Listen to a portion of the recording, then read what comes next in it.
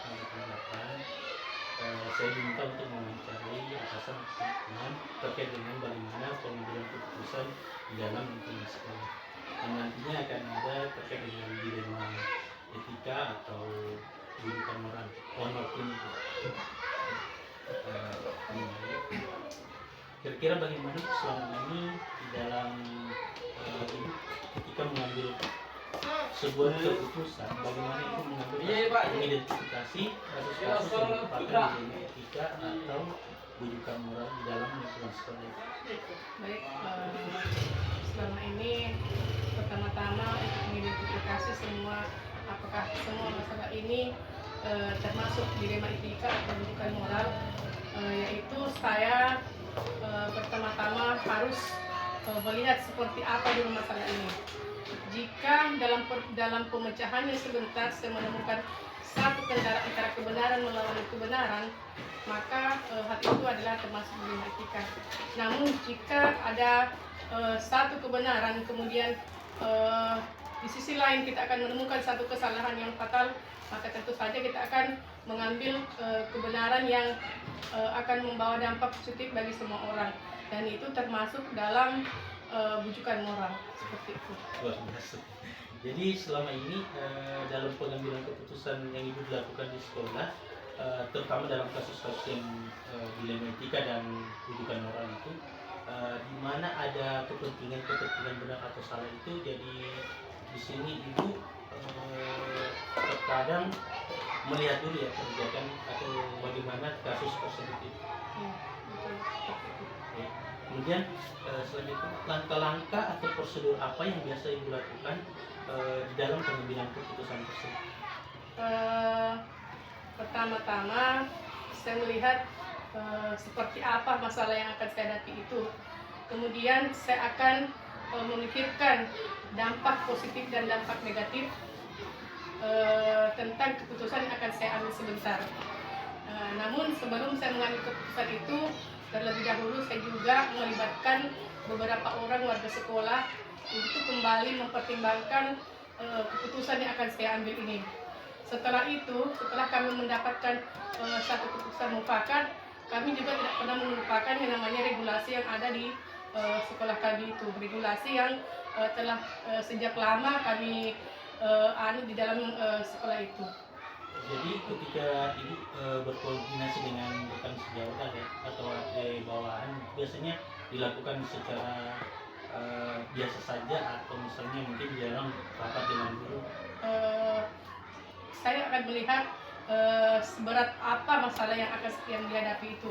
Jika memang hanya tidak terlalu berat atau tidak terlalu serius, mungkin saya hanya bertanya kepada beberapa orang guru saja secara mungkin pribadi yang saya anggap mungkin selama ini dapat membantu saya untuk memecahkan masalah. Namun jika masalah itu saya anggap berat atau mungkin sedikit berat, maka mungkin saya akan memanggil seluruh warga sekolah yang ada di sekolah itu. Kemudian kami akan mengadakan rapat atau musyawarah untuk pengambilan keputusan yang terbaik. Luar biasa. Kemudian hal apa yang selama ini Ibu anggap efektif dalam pengambilan keputusan terkait dengan kasus-kasus dilema etika? Ya. Tentunya yang paling efektif itu kita harus betul-betul mengidentifikasi masalah-masalah apa yang sedang kita hadapi. Kemudian kita melihat regulasi yang ada. Regulasi yang ada yang mengikat suatu keputusan tersebut. Apakah keputusan kita sebentar itu tidak menyalahi aturan, atau mungkin ada regulasi yang menyalahi aturan. Selanjutnya kita kembali membicarakan dengan orang-orang di sekitar kita. Jangan sampai keputusan yang kita ambil itu nantinya banyak yang tentang, banyak orang yang menentangnya, sehingga tentu saja keputusan itu nantinya akan hanya dijalankan oleh beberapa orang saja. Ini sudah terkait dengan tantangan. Betul. Jadi dari penolakan, misalnya ada penolakan daripada pengambilan keputusan itu, kira-kira adakah tantangan yang lain yang lebih di dalam pengambilan keputusan terkait dengan dilema etika. Ya, ada tantangan yang saya hadapi mungkin selain adanya pihak-pihak tertentu atau orang-orang tertentu mungkin di dalam lembaga sekolah itu, karena kita tahu sama bahwa setiap orang itu berbeda pandangan. Mungkin saja pendapat yang kita ajukan itu ada saja orang atau satu pihak yang tidak setuju dengan apa yang kita hadapi. Nah, itu yang mungkin yang menjadi tantangan. Kemudian selain itu bisa saja kita tantangannya itu kita harus dihadapkan bahwa kita harus mengambil satu keputusan. Sementara keputusan kita nantinya itu ada orang yang mungkin tersakiti, namun kita harus mengambil keputusan itu. Mungkin ada rasa kasihan, dan kita harus mengabaikan rasa kasihan itu karena untuk kepentingan bersama.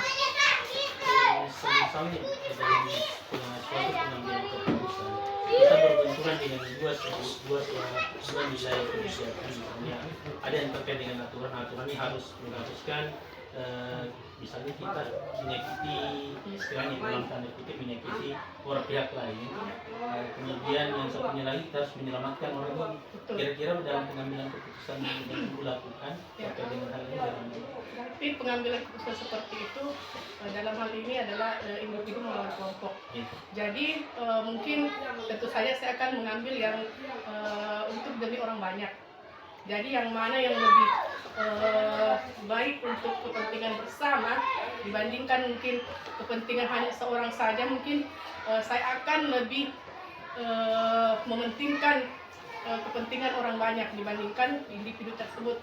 Meskipun mungkin kita merasa kasihan dengan orang yang tersakiti tersebut, namun apa boleh buat, kita akan juga menjelaskan kepada orang tersebut bahwa saya mengambil keputusan ini untuk demi orang lebih banyak. Jadi saya akan memberikan pengertian bahwa kamu juga harus mengalah dan ikhlas untuk menjalankan apa yang pernah diputuskan dan kepentingan bersama. Selanjutnya terkait dengan pengambilan keputusan yang tadi, ketika ibu menghadapi suatu masalah, mendapatkan masalah di dalam lingkungan sekolah, apakah ibu langsung menyelesaikan di tempat atau mungkin ada mengusulkan dulu jadwal rapat dengan dewan guru, ataukah ada hal yang bisa dilakukan dengan penjadwalan penyelesaian keputusan ini? Jadi tergantung seberapa besar masalah yang akan yang kami hadapi. Tidak terlalu besar atau masih kecil, mungkin bisa diselesaikan di tempat itu juga. Namun setelah kita setelah mendapatkan bersatu tapi belum ada keputusan yang dapat diikuti, barulah kita mungkin mendapat jalan buntu. Mungkin barulah kita mengadakan satu pertemuan atau menjadwalkan satu pertemuan dengan beberapa orang guru agar kita bisa duduk bersama mengambil keputusan bersama seperti itu. Selanjutnya dalam pengambilan keputusan tentu kalau kita tadi mengatakan akan berkoordinasi dengan bawahan bersama dengan guru, tentunya nanti itu akan membantu dalam pengambilan keputusan. Apakah saran dan masukan dari bawahan atau guru-guru tersebut itu sangat membantu dalam pengambilan keputusan? Betul. Selama ini setiap saya mengambil keputusan, mereka terus terang apapun yang mereka usulkan itu sangat penting bagi saya. Karena kenapa? Apa yang saya putuskan sebentar ini juga akan dilaksanakan oleh mereka juga. Jadi otomatis semua keputusan yang akan saya ambil itu harus mereka setujui dan harus mereka sependapat dengan apa yang saya putuskan tersebut. Namun jika ada pun seorang dua orang yang nantinya mungkin tidak setuju dengan apa yang saya putuskan tersebut, tentu saja saya akan terus mendekatinya sampai dia betul luluh tulus hatinya, mungkin bisa turut juga untuk mengikuti aturan yang berlaku. Berarti ada pendekatan individu yang lebih kepada yang menolak. Betul. Baik, dari semua hal yang ibu lakukan tadi, kemudian dengan sebagai pengalaman mungkin yang sudah Ibu lakukan ketika mengambil sebuah keputusan terkait dengan dilema etika atau pendidikan moral ini, adakah pengalaman atau hal menarik terkait dengan pengambilan keputusan? Ya, tentu saja mungkin seiring berjalannya waktu sebagai seorang pemimpin, otomatis kita akan menemukan satu masa di mana kita akan mengalami satu titik kita akan menghadapi satu masalah yang mungkin terkesan menarik dan juga mungkin terkesan menantang untuk kita. Berat untuk diselesaikan. Betul. Namun kembali pada diri kita. Seberat apapun masalah yang akan kita hadapi, jika dijalankan atau dirembukan dengan secara bersama-sama, insya Allah kita akan menemukan satu keputusan yang nantinya semua tantangan yang kita hadapi itu akan terasa lebih mudah. Terima kasih Bu atas ini, Ibu bisa meluangkan waktu untuk CGT bisa mengambil sesi wawancara. Sekali lagi saya ucapkan terima kasih. Saya pamit Bu. Assalamualaikum warahmatullahi wabarakatuh. Waalaikumsalam warahmatullahi wabarakatuh.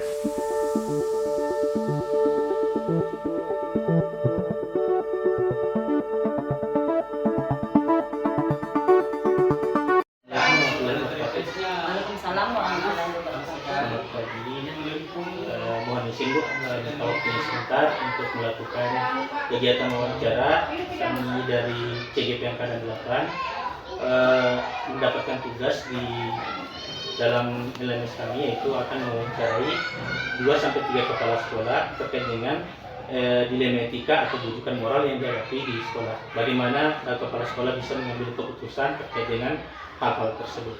Apakah Ibu bersedia mengeluarkan waktunya? Terima kasih. Baik, yang pertama Bu, selama ini bagaimana Ibu dapat mengidentifikasi kasus-kasus yang merupakan dilema etika atau bujukan moral di dalam lingkungan sekolah Ibu? Pertama-tama saya harus memahami dulu apa sih masalahnya. Setelah itu saya berusaha memikirkan apakah apabila itu suatu dilema etika berarti suatu yang benar lawan benar ya, sulit untuk dipilih ya. Yeah. Kemudian dilema etika bujukan moral itu adalah situasi yang kita hadapi benar lawan salah. Jadi pengambilan keputusan yang susah di dalam itu. Iya. Jadi yang paling susah di situ adalah menurut saya dilema etika itu. Baik. Selama ini bagaimana Ibu menjalankan pengambilan keputusan di sekolah? Misalnya ada sebuah masalah atau kasus yang harus diselesaikan, misalnya Ibu tidak bisa menyelesaikan sendiri, terus Ibu diminta untuk memberikan masukan terkait dengan kasus tersebut. Apa yang Ibu lakukan dengan hal seperti ini? Apabila ada suatu masalah yang dihadapi di sekolah, pertama-tama saya kan melibatkan semua guru dan stakeholder yang ada di sekolah untuk pengambilan keputusan. Saya berdiskusi dan mengangkatnya bisa dalam rapat. Dalam pelibatan guru sebagai dalam pengambilan keputusan itu, apakah Ibu hanya sekedar melakukannya dengan bicara-bicara sampai di pekarangan sekolah atau mungkin melalui rapat dewan guru? Jadi tergantung ya masalahnya. Kalau masalahnya agak mudah ya bisa saya lakukan dengan bicara santai saja. Tetapi apabila agak sulit dan berat bagi kami, ya saya mengangkat dalam rapat dewan guru. Berarti mungkin kalau dilihat dari tingkat kesulitan pengambilan keputusannya. Iya, betul sekali. Jadi selanjutnya Bu, apa saja yang Ibu anggap efektif di dalam pengambilan keputusan terkait dengan kasus-kasus dilema etika? Yang efektif itu sebenarnya dalam suatu masalah, yaitu langkah-langkah pemecahannya harus sesuai dengan harus mengambil keputusan berdasarkan kepentingan banyak orang. atau ya kepentingan semua di dalam sekolah itu, bukan atas kepentingan pribadi. Berarti keputusan yang diambil ini berdasarkan kesepakatan bersama, kemudian mengutamakan Kepentingan hasilnya nanti mengutamakan untuk yang orang banyak. Iya. Nah, kalau misalnya Bu, dalam suatu pengambilan keputusan kita berbenturan dengan hal tersebut, ada aturan yang mengikat, tetapi kita juga harus di satu sisi ada aturan yang mengikat, tapi di sisi lain ada rasa kasihan terkait dengan pelanggar misalnya. Nah, di sini apa yang akan Ibu lakukan? Apakah memilih aturan atau mengedepankan rasa kasihan? Ya, jika ada aturan yang mengikat, ya saya lebih memilih menjalankan aturan tersebut karena itu adalah salah satu sikap kedisiplinan ya, jadi harus diterapkan. Jadi aturan harus lebih didahulukan. Iya. Walaupun misalnya di dalam rapat Dewan Guru yang sudah Ibu lakukan dengan rekan-rekan Ibu, di dalam rapat Dewan Guru itu mengusulkan bahwa yang harus kita kedepankan rasa kasihan, tapi apakah Ibu harus tetap mengambil sesuai dengan aturan pengambilan keputusan? Ya, jadi dalam setiap pengambilan keputusan itu harus melihat aturan yang berlaku juga. Luar biasa Bu, terkait dengan aturan. Karena terkadang juga ada aturan yang harus kita langgar demi mengedepankan rasa kasihan. Kemudian selanjutnya, apa saja yang menjadi tantangan Ibu di dalam pengambilan keputusan terkait dengan dilema?